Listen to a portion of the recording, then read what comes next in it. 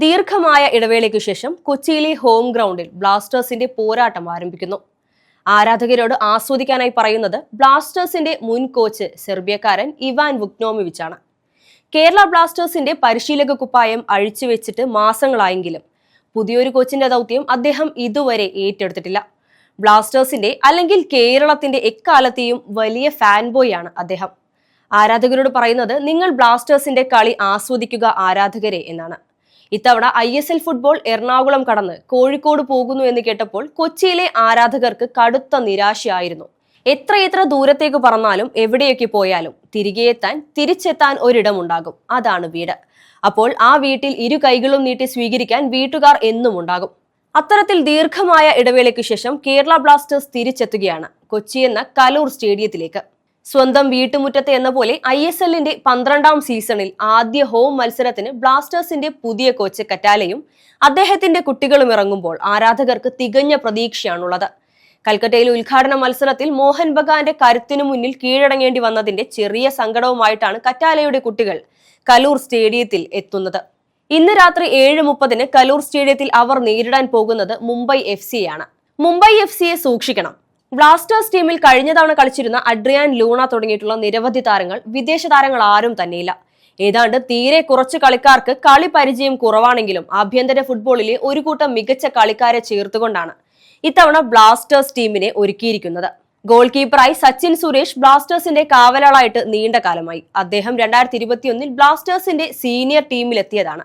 സച്ചിന്റെ goal keeping പാടവത്തിൽ Blasters അധികൃതരും ആരാധകരും വിശ്വാസമർപ്പിക്കുകയാണ്. മറ്റ് ടീം അംഗങ്ങൾ Jagannath Jayan, Muhammad Saheef, Ebin Das, K Salahuddin, Vipin Mohan, Sudheesh M, S Sreekuttan, Muhammad Ajsal, Al Sabith, Sulaiman എന്നിങ്ങനെയാണ്. ആകെ മൊത്തം മലയാളി കരുത്താണ് ടീമിനുള്ളത്. ഏതായാലും കൽക്കത്ത മോഹൻ ബഗാനേക്കാൾ വളരെ മികച്ച ടീം തന്നെയാണ് മുംബൈ സിറ്റി. 2 ആഴ്ച മുൻപ് മാത്രം ടീമിനൊപ്പം ചേർന്ന വിദേശ താരങ്ങളും മറ്റ് കേരളത്തിലെ യുവതാരങ്ങളുമാണ് ടീമിന്റെ ശക്തി. ടീമിന്റെ ശക്തി ദൗർബല്യങ്ങളെക്കുറിച്ച് വ്യക്തമായ ധാരണ ലഭിക്കാത്തതിന്റെ പിഴവുകളാണ് ആദ്യ കളികളിൽ ഉണ്ടായിരുന്നത്. ബഗാനെതിരെ കളിക്കുമ്പോൾ അമിത പ്രതിരോധത്തിന് ശ്രമിച്ച പിഴവുകൾ ആ പിഴവുകളായിരിക്കാം തോൽവിക്ക് കാരണമെന്നാണ് മുൻ ക്യാപ്റ്റൻ ലൂണ പറയുന്നത്. മോഹൻ ബഗാനെതിരെ 2ാം പകുതിയിൽ മാത്രമാണ് ബ്ലാസ്റ്റേഴ്സ് പാസിംഗ് ഗെയിം കളിച്ചതും ഗോളിന് ശ്രമിച്ചതും. ലൂണ ഉൾപ്പെടെ വിദേശ താരങ്ങളെല്ലാം ടീം വിട്ടതിന്റെ ആഘാതത്തെ തുടർന്ന് പുതിയ ടീമിനെ സജ്ജമാക്കാനുള്ള കറ്റാലിയുടെ ശ്രമം എത്രത്തോളം വിജയിച്ചു എന്ന ചോദ്യത്തിനും ഒരുപക്ഷെ ഇന്നത്തെ മത്സരം ഉത്തരം നൽകും. ആദ്യ കളിയിലെ ആദ്യ 11-ൽ ഇന്ന് അഴിച്ചുപണിയുണ്ടാകും. ബഗാനെതിരെ 2ാം പകുതിയിൽ പകരക്കാരനായി ഇറങ്ങിയ ഫ്രഞ്ച് വിംഗർ കെവിനാണ് ബ്ലാസ്റ്റേഴ്സ് ആക്രമണത്തിന് പ്രതീക്ഷ നൽകുന്ന പ്രധാന ഘടകം. കളിക്കാർ തമ്മിലുള്ള ഒത്തിണക്കം കണ്ടെത്താൻ കഴിഞ്ഞ ദിവസങ്ങളിലെ പരിശീലന വേളയിൽ കറ്റാല വളരെയധികം ശ്രമിച്ചിരുന്നു. അതുകൊണ്ട് തന്നെ ആദ്യ മത്സരത്തിന് ശേഷം കുറച്ച് ദിവസം കൂടി അദ്ദേഹത്തിന് സമയം കിട്ടി. കളിക്കാരെ ഒരുമിച്ച് കളിപ്പിക്കുന്നതിൽ ബഗാനിൽ സംഭവിച്ച പിഴവുകൾ ആവർത്തിക്കാതിരിക്കാനാണ് കൂടുതലും അദ്ദേഹത്തിന്റെ കുട്ടികളെ കൊണ്ട് ശ്രമിപ്പിക്കുന്നത്. സ്വന്തം ആരാധകരുടെ മുന്നിൽ കറ്റാലയും കുട്ടികളും കളിക്കാൻ കാത്തിരിക്കുമ്പോൾ ഇന്ന് ടീമിന്റെ വിജയം തന്നെയായിരിക്കും ആരാധകർ കാത്തിരിക്കുന്നത്. ഇത്തവണ ISL ടൂർണമെന്റ് കൊച്ചിയിൽ കളിക്കുമ്പോൾ ലീഗിൽ നിന്ന് വന്നിട്ടുള്ള Inter Kashi, Punjab FC, north east United, Jamshedpur FC, Odisha FC, Mohammedans എന്നിങ്ങനെയുള്ള ടീമുകളുമായിട്ടാണ് ഇവിടെ കൊച്ചിയിലെ ഹോം ഗ്രൗണ്ടിൽ കേരള ബ്ലാസ്റ്റേഴ്സിന് നേരിടേണ്ടി വരുന്ന മറ്റ് ടീമുകൾ. കൊച്ചിയിൽ നിന്ന് ബ്ലാസ്റ്റേഴ്സ് ചില പുതിയ പരീക്ഷണങ്ങളുമായിട്ടാണ് ഇറങ്ങുന്നത്. ബഗാനെതിരെ കളിച്ച മത്സരത്തിൽ ബ്ലാസ്റ്റേഴ്സിന്റെ വിദേശ കോട്ടയിൽ പ്രതിരോധത്തിൽ ഗിനിയൻ താരം ഉമർബായും മുന്നേറ്റത്തിൽ സ്പാനിഷ് താരം വിക്ടർ ബെർത്തോമിയോയും മാത്രമാണ് ആദ്യ 11-ൽ കളിക്കാനിറങ്ങിയത്.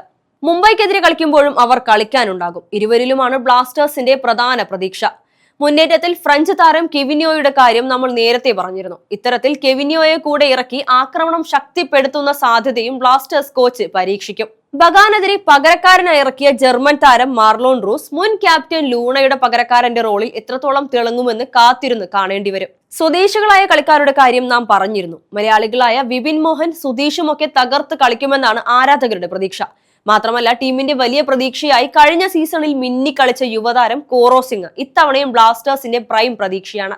ഗോൾ അടിക്കുന്നതിലും ഗോൾ അടുപ്പിക്കുന്നതിലും വളരെ മികവ് കാട്ടിയിട്ടുണ്ട്. മധ്യനിരയുടെ ഉത്തരവാദിത്വം ഏറ്റെടുക്കാൻ വിപിൻ മോഹനന് കഴിയുമെന്ന് തന്നെ കരുതാം.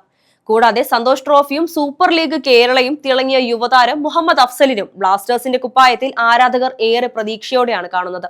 ക്യാപ്റ്റൻ ബികാഷിന്റെ നേതൃത്വത്തിലുള്ള പ്രതിരോധത്തിന്റെ പിഴവാണ് കോച്ച് കറ്റാലയെ ഏറെ അലട്ടുന്നത്.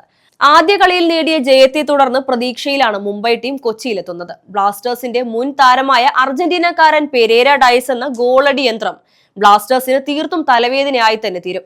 കാര്യം ബ്ലാസ്റ്റേഴ്സിന്റെ മുൻ താരം കൂടിയായ പെരേര ഡയസിനൊപ്പം കളിച്ചിരുന്ന ചില കളിക്കാരും ബ്ലാസ്റ്റേഴ്സ് കളിയിൽ ഉടനീളമുള്ള അവരുടെ താരങ്ങളുടെ പിഴവുകളും ഡയസിനറിയാം. ഇതെല്ലാം മുംബൈയുടെ മുന്നേറ്റ കരുത്ത് കൂടുമെന്ന് തന്നെ കരുതാം.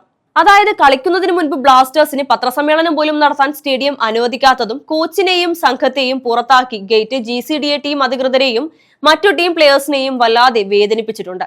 മോഹൻ ബഗാനോട് തോറ്റ ക്ഷീണം കൂടാതെ കടുത്ത സാമ്പത്തിക പ്രതിസന്ധി എങ്ങനെ സീസൺ കൊണ്ടുപോകുമെന്ന ചിന്ത. ഇതിനിടയിലാണ് ഇത്തരത്തിലെ പെരുമാറ്റവും. GCDA അധികൃതരെ ഈ കാര്യത്തിൽ കുറ്റം പറയാനും കഴിയില്ല. കാത്തിരിക്കാം ആരാധകരുടെ സകല പ്രതീക്ഷകൾക്കും ഒരു പരിധിവരെയെങ്കിലും ബ്ലാസ്റ്റേഴ്സിന് എത്താൻ കഴിയുമോ എന്നത്. മുംബൈ സിറ്റി FC അത്ര കണ്ട് ചെറുതായി കാണാൻ കഴിയുകയില്ല താനും.